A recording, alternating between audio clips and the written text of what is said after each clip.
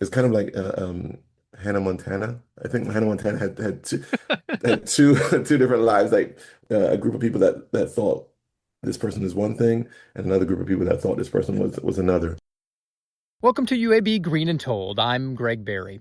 This is where a story begins long before it has a name and unfolds through the moments of crossing over, stepping forward, and deciding which version of yourself gets to stay.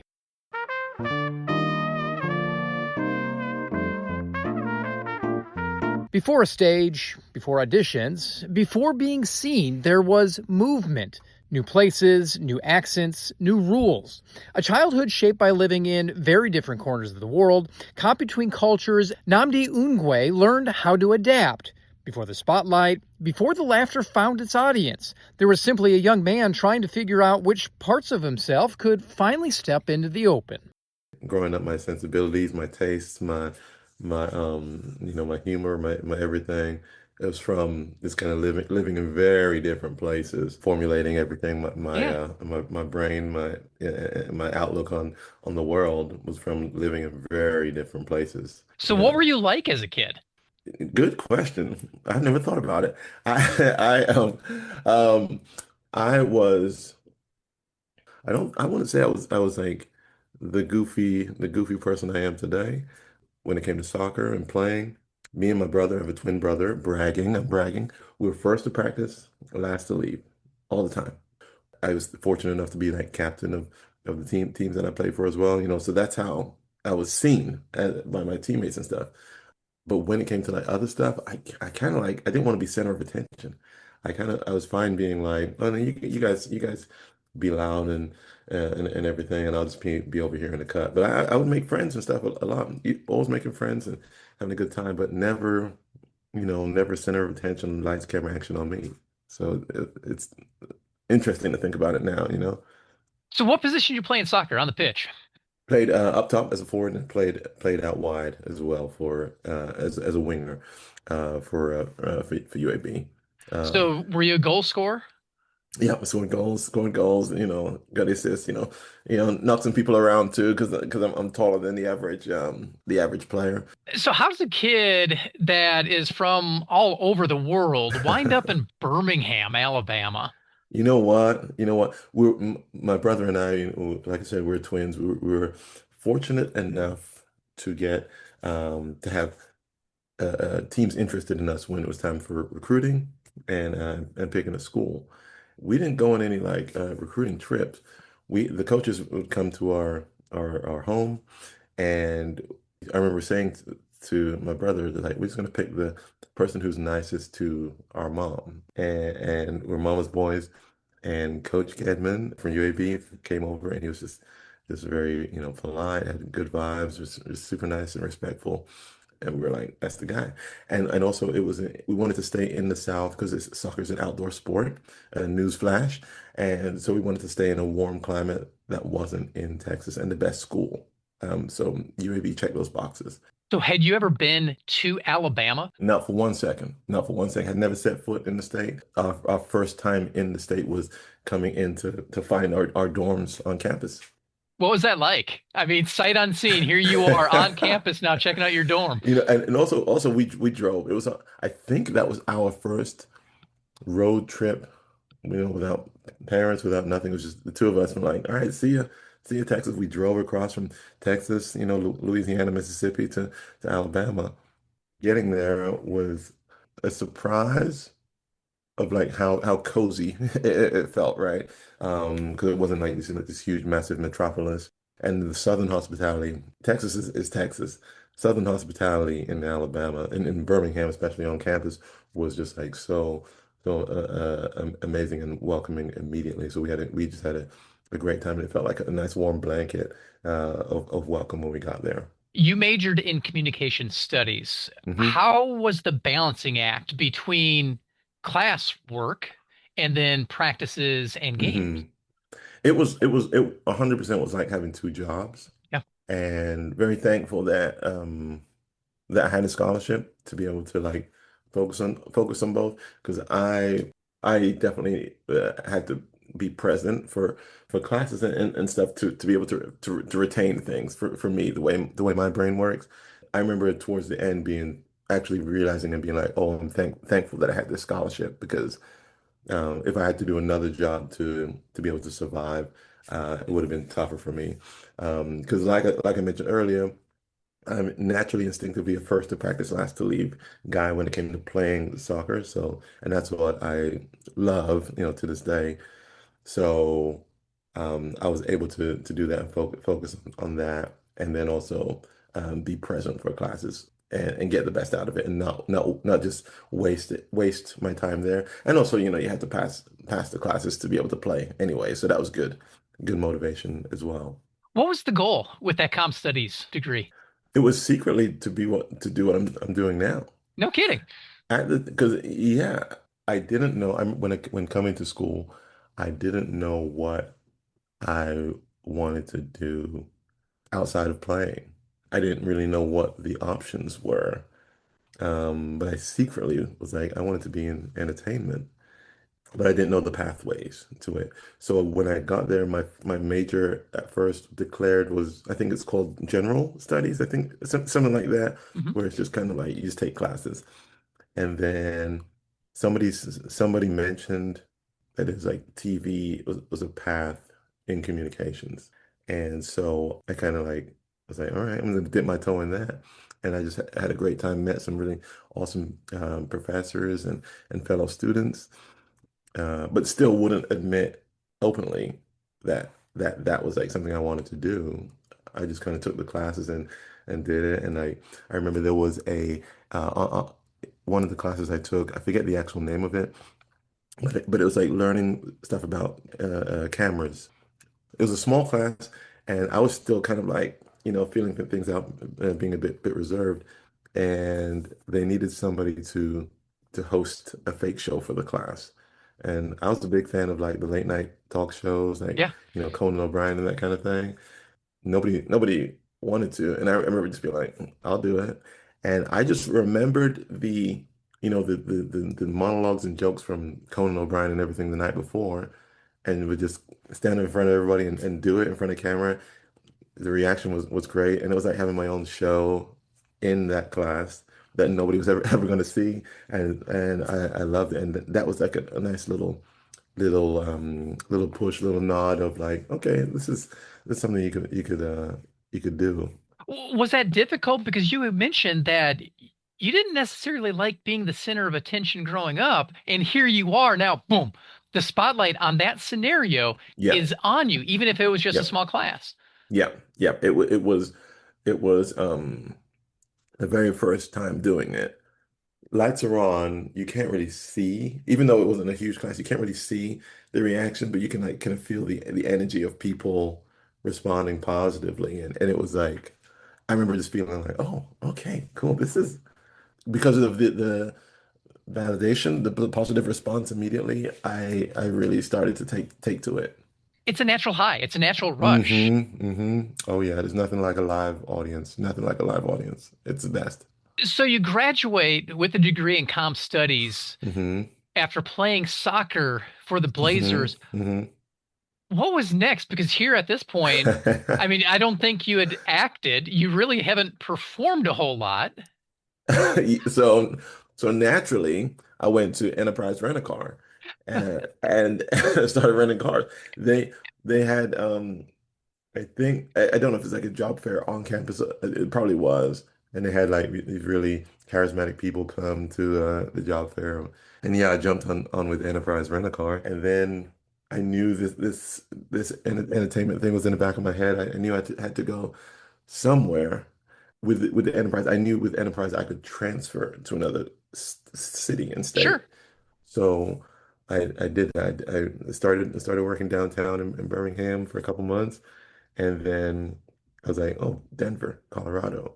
It wasn't the biggest city, but I knew it had stuff there. And found like little acting class. Because again, I at this point too, I knew if I'm going to a different city, not many people are going to know me. I can reinvent myself and kind of show up at things where not many people will know me and try things that I hadn't tried before. So I did like like on-camera acting class. Tried my hand at auditioning for things, and took improv comedy classes Yeah. out there. And so doing all those things, I still would do that in secret, by the way, because I would do those things. My enterprise friends had no idea what I was doing after work. And then I had like my sports friends that I played basketball and soccer with, no idea what I was doing in the entertainment or comedy space. So I had these like it's kind of like Hannah Montana. I think Hannah Montana had two two different lives. Like a group of people that thought this person is one thing, and another group of people that thought this person was another. So at this point, I had my serious and traditional friends, and then I had my more goofy clown side happening there. And so this was my change in Denver. And then slowly, these two different people started to merge and become one, but slowly, very Yeah. slowly. It was like I was excelling and having a good time as the creative clown, and started to have a bit more confidence in this side of me, my goofy side, and just sharing it a bit more with my other side, and slowly they became to merge. Where does that goofiness come from? Good question, man. Because my folks are not performers or anything at all. Because my twin brother and I we're both in the entertainment biz together. We write and stuff together. My older sister, is a classical musician, Okay. and my younger brother, he plays music as well. But again, growing up, that was just not a thing that any of our friends did, any of our family did. I think just the siblings, we were just kind of drawn to that side of things, that creative side. I remember, for me personally, seeing action movies and stuff like that as a kid and being like, whoa, that looks so cool. Like I would love to be the star of these action movies. I think those are things that I think back to as initial like pushes and curiosity for me. Do you remember the first audition that you took for a professional gig? Yeah, What was it yeah. like? There's two things that come to mind. Yeah. One was um, my first one was in Denver. It was a friend I played basketball with, and this person is similar to me in that he's tall. We have the same barber, and he is a professional model. And he was like, "Oh, I'm going to this audition. Do you want to come?" And I was like, "I don't have a agent or anything." And he's like, "It's fine, just come. I'll send you the email." He sent me the email. I showed up for it, and I had to like sign in, and I just wrote down the name of an agency that I knew was in town, and um the oh this was an agency that 2 weeks before I had gone into for like an open call to see if they were going to pick up people.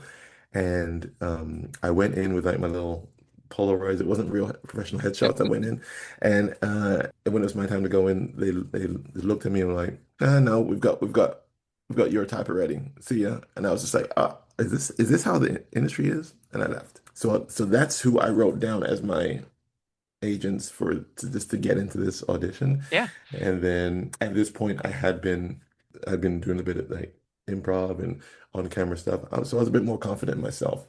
The guy came in the audition and was like, "All right, for this audition, you're gonna have to like move, and we're gonna see you move, be comfortable in your body. I'm gonna play a song, and just get up and dance around a little bit."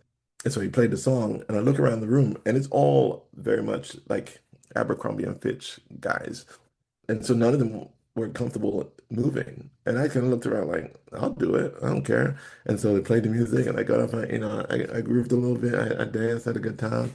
And then immediately the guy was like, "Yep, we want you," which isn't common, but I knew in that moment, I was like, "Oh, got it." And so as I was walking out, I was like, "Oh, that was cool." And then I realized, "Oh, dang, I lied." And so 24, 48 hours later, I get a call from that agency. That same lady that was like, take a hike, buddy. She's the one that called me. It was like, who are you? Well, you booked this gig, so you have to come and sign with us. And so the first ever audition, I booked it, and I also got on with the agency that didn't remember that I walked in. They Yeah. didn't remember me, and they signed me, and I got to do a big like fashion show thing in Denver, Colorado. That's So in. the moral of the story is lie. Lying works. Lie like you don't do it, kids. Don't lie. So, at what point did you start doing acting, comedy, stuff like that? Again, with the comedy stuff, it was like I was a fan of it and wanted to do improv and stuff, but like I didn't know how. I didn't Yeah. know. I was like, I don't know how none of this stuff works. And then I would go to the Starbucks every day. And when you go to the same place every day, you meet you see the same people and you start to say hi and that kind of thing. And I would eventually sit at the table with this woman called Marianne Hogan. She would wear a lot of like dark turtlenecks and bright red hair and just this awesome person. And we'd just joke back and forth. And then one day she's like, "Hey, you should do improv classes." And I was like, yeah, sure. And then, carry on with my day. And then some time passed and she was like, did you sign up for the improv classes I told you about? And I was like, oh, I'll get to it. And because we're sitting at the same table at the Starbucks, she grabs my computer, signs me up, give me a credit card. Okay, I gave her my credit card. She signed me up. Now I gotta go. So I went to this class, and day one, I remember I met one of my best friends today, who's a successful stand-up. We were both like scared little kiddos in the class, and I would sweat so much before I had to like get on stage and do a thing. But again, just like the class in college, the response was immediate and it was positive, and I kept going and kept going and got more and more confident. One day things clicked a certain way. I was going through my day and I was like, oh, this is what works for me as a performer. This is what works for me in front of an audience. And it just made things easier for me. It's still, still get butterflies and still get nerves and excitement, but like it was like it always felt like this, like I'm moving up. And that's how it was for me initially taking classes in comedy. And then that led through doors kind of opening. Yeah, Yeah. oh, 100%, 100%. Led to me performing around Colorado at different places, and then led to me going to Chicago. Chicago is the home of comedy, right? Everyone Yeah. goes through there.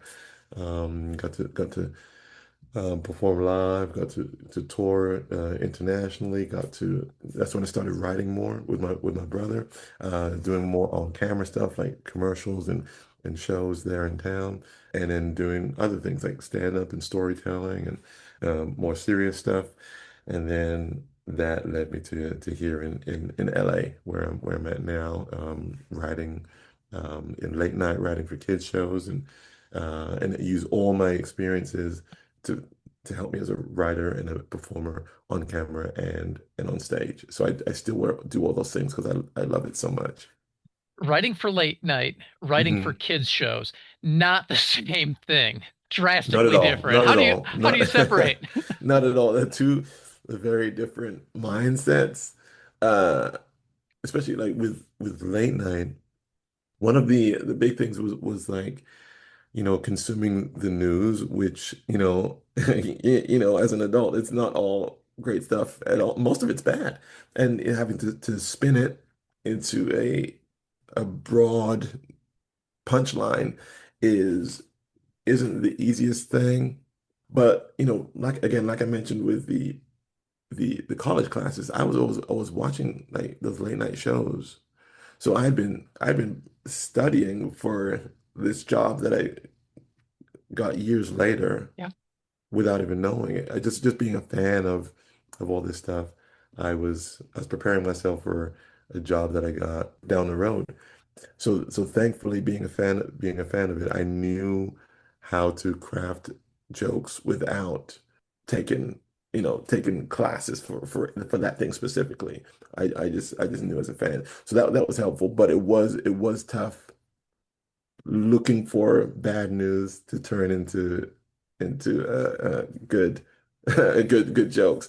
Um, yeah, and then with the kid shows, thankfully that was focusing on teaching lessons, and I again was able to draw on my experiences living in different places and being the quiet kid and what reflect being able to reflect on what helped me. There was stuff talking about being a leader, which I could draw on me being a soccer captain, winning and losing. I could draw on my time as a soccer player as well. So there are things like that I could draw on and weave into the kid stuff and use humor with it too. Like it just I was thankful that all my life experiences were able to like be poured into my writing. Who or what have you been able to write and act on? I mean, not to name drop, but go ahead and name drop. Oh my gosh. Oh my gosh. Um, so yeah, thankfully, I was able to do a number of things with Comedy Central, which was my own stuff, my own group that I found in Chicago, called Three Pete. We did a number of things with them, and that's awesome. With HBO, was on this show called Black Lady Sketch Show, which is fun to perform and be part of that. Soap opera as well. Again, drastic turn soap opera. The Bold and the Beautiful long running show there. Writing wise, the Amber Ruffin show on late night was, in New York, super fun.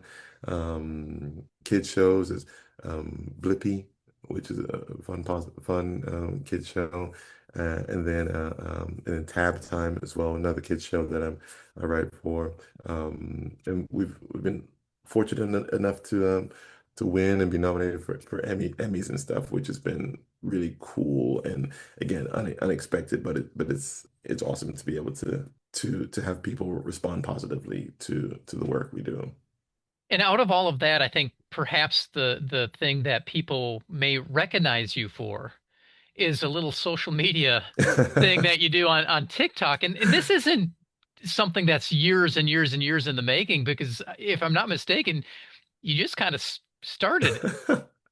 Yeah, it hasn't been too long, and it also was not the plan.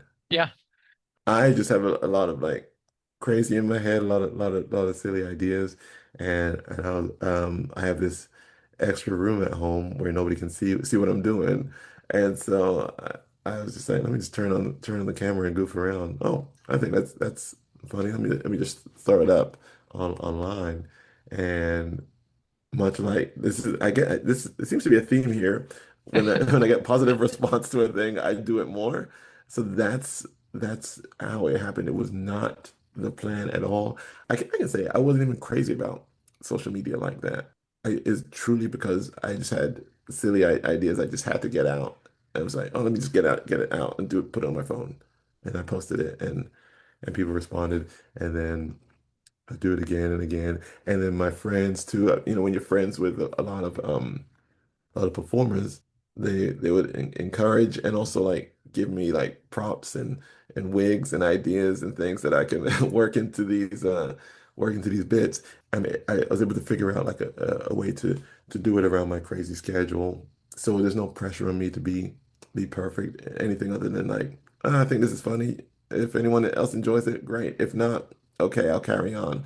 So that's kind of what I found that works for me with social media. All right, so I got to set the stage for what it is just for our audience. Yes, yes. He's in the spare room. He has a spatula hanging from the left side that is a This thing, microphone.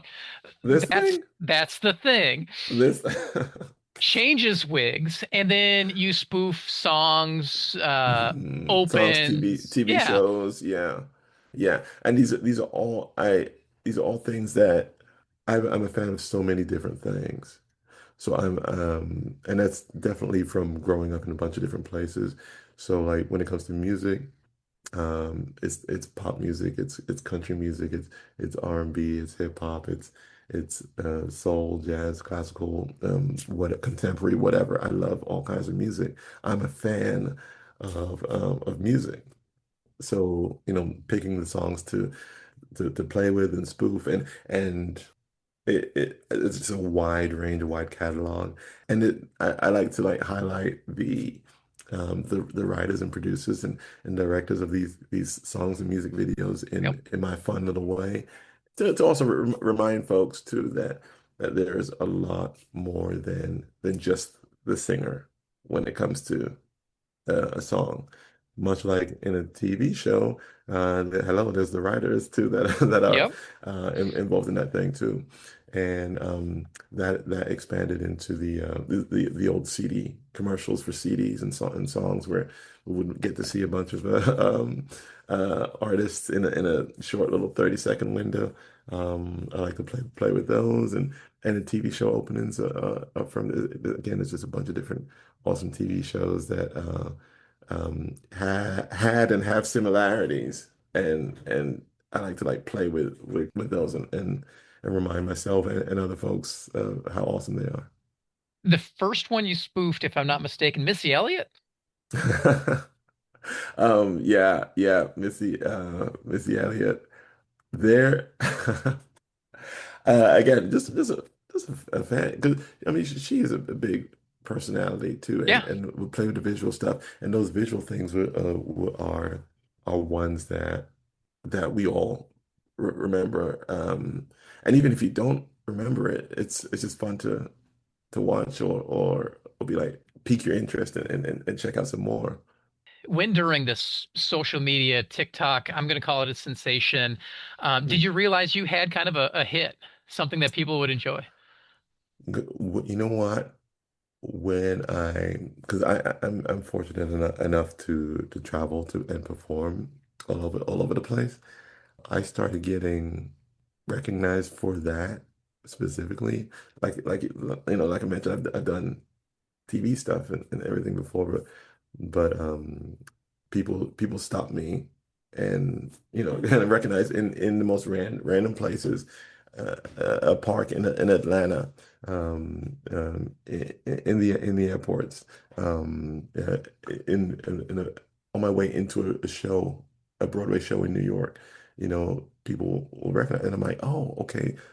And then one of the things I'm most thankful for is when people take time out and send me a message on TikTok or Instagram and just from whatever country they're in and say that they enjoy the videos and it's they don't have to do that. I Yeah. don't ask for them to do that, but it means a lot. And I always make sure I respond with like, thank you so much, because it means a lot that they took the time to do that. And I absolutely hear that and I receive it, and it's fuel for me to be like, oh, I'm gonna keep doing this. It means a lot to others, and it brings me joy to hear folks mention that. It's so cool. I'm thankful. Has one of the artists ever reached out to you and you're like, Yes, oh, yes, yeah? yes. The artists or producers when they comment for me is incredible, dude. The Backstreet Boys and NSYNC are like them commenting was like, what? This is crazy. Um, it makes me mindful that to not to try and to yes have fun with it, but also try and walk the line and not I don't want to be I don't want to offend nobody at all, and I also want to get the any information that I put on there accurate. What's next for Nnamdi? On the social media side, I got to do a thing with Will Smith. Will Smith. The Fresh Will Smith. Prince. The Fresh Prince, man. It was crazy. It was crazy. They reached out. His team reached out, and they're like, he was having a new album coming out, and we got to meet, and he was just like the best. I had to like, tell him what the idea was, and he was like, "Oh, sure, let's do it." And we just jumped into it. It was the best time. It was so nice. It was like being with a dude that you've known for years. Yeah. So yes, it has the social media side has opened some fun, cool outdoors and I've got to like do a lot of fun, awesome things. Very unexpected, but I'm thankful and we'll keep going for sure. As far as next, I'm gonna keep doing that, and then we've got more live performances here in LA and then internationally too. I just want to keep expanding and doing that.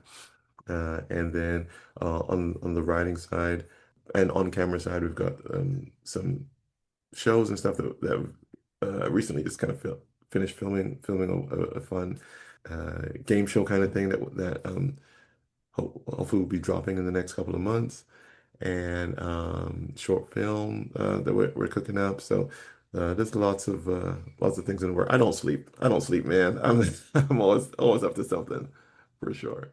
So you can almost trace your career to that one class in comm studies at UAB. Yeah, It's yeah. crazy to think. And also like in I don't think about it often in talking with you in this conversation. I realized that too. I was like, dang, it really does like go back to that bit of curiosity. Because again, general studies is what I came into UAB with, and secretly wanting to be in entertainment, not being able to admit Yeah. it, and then that little nudge, that little steer of like, oh, communications is a possible path. Taking the class, and then being the one to be like, oh, I'll do the I'll do the jokes or it wasn't even I'll do the jokes. I'll host the show in that class at UAB. It was definitely important in this journey for me, for sure, for sure. Your parents, do they think you're funny? My